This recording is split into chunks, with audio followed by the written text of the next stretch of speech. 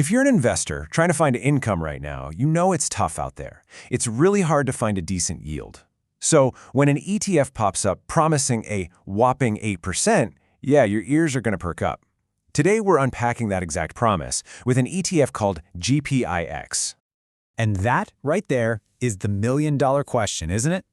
When you see a number like 8%, especially from a fund that's tied to the S&P 500, you've got to ask yourself, what's the catch? Because, in the world of investing, if something sounds a little too good to be true, it usually is. I mean, just look at that number. Let it sink in for a second. Around 8%. In a world where the safest investments might get you half that, a figure like this is a powerful magnet for anyone who needs their portfolio to generate real spendable cash. This is the number that is everyone talking about GPIX. So what is this thing exactly? Well, GPIX is the Goldman Sachs S&P 500 Premium ETF, and its promise is, you have to admit, incredibly tempting. The idea is you get a piece of the action from America's 500 biggest companies, and you get this awesome stream of monthly income on top of it. This is pretty much the classic have your cake and eat it too investment dream. But, as we're about to find out, while GPIX is serving up a pretty sweet deal, there are some, let's call them, hidden costs. So let's slice into this thing and see what it's really made of. So how in the world does GPIX actually generate that 8%? I promise you, it's not magic. It's a very specific and actually pretty clever financial strategy. Let's pop the hood and see exactly how this engine works. The whole thing is built around something called a covered call. Now, don't let the jargon scare you off. All it really means is this: the fund owns a bunch of stocks, and then it sells someone else the right to buy those stocks later at a set price. For selling that right, the fund gets paid cash right up front. That cash payment is called a premium. So here's how it plays out super simple. Step 1. GPIX owns the S&P 500 stocks. Step 2. It sells those call options we just talked about. Step 3. It collects all that nice cash from selling them. And Step 4, the part you care about, it passes that cash on to you, the investor. That's your monthly income. It's the fund's income-generating machine. Okay, but here's the secret sauce, right? This is what makes GPIX different from some of the other funds that do this. A lot of them do it mechanically, like a robot. But GPIX is dynamic. That means the managers are actively making decisions, deciding how much potential growth they want to trade away for income. They adapt to the market. It's not on autopilot. Manager skill really matters here. Okay, so we get how it works. Now for the good stuff. Why is everyone so excited about this thing? What's the bright side of this whole strategy? Well, the appeal is pretty obvious. First, you get that high yield, and you get it every single month, which, if you're trying to play bills, is fantastic.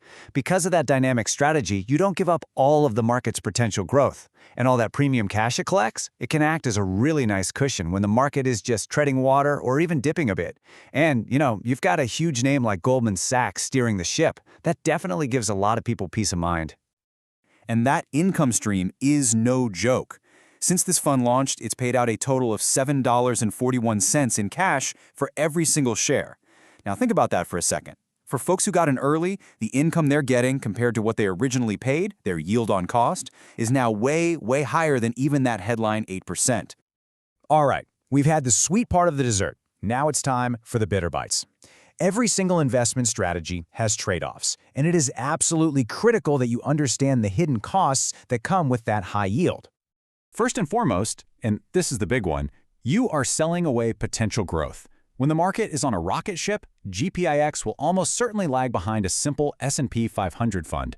Also, that monthly income, it isn't set in stone. It's going to fluctuate. Over the long haul, the fund's underlying value could trail the market. And here's a detail that can really bite you. That income is often taxed at higher rates.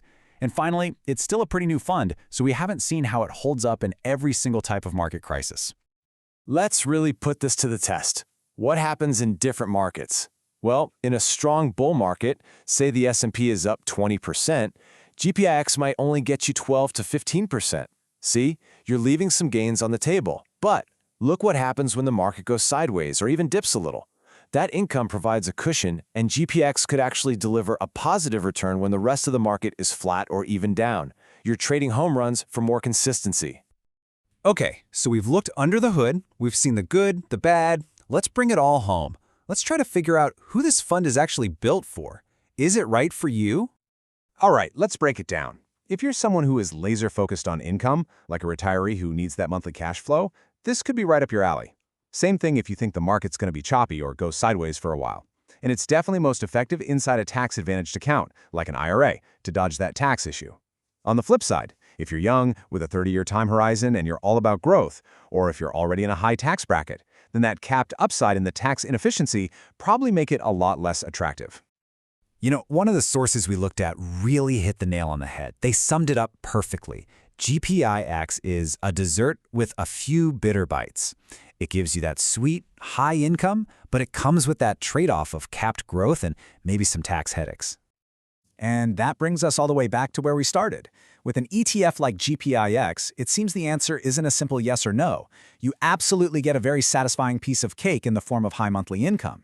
But you do have to leave a few crumbs of that market upside on the plate. The real question you have to answer is, for your portfolio, for your goals, is that a trade worth making?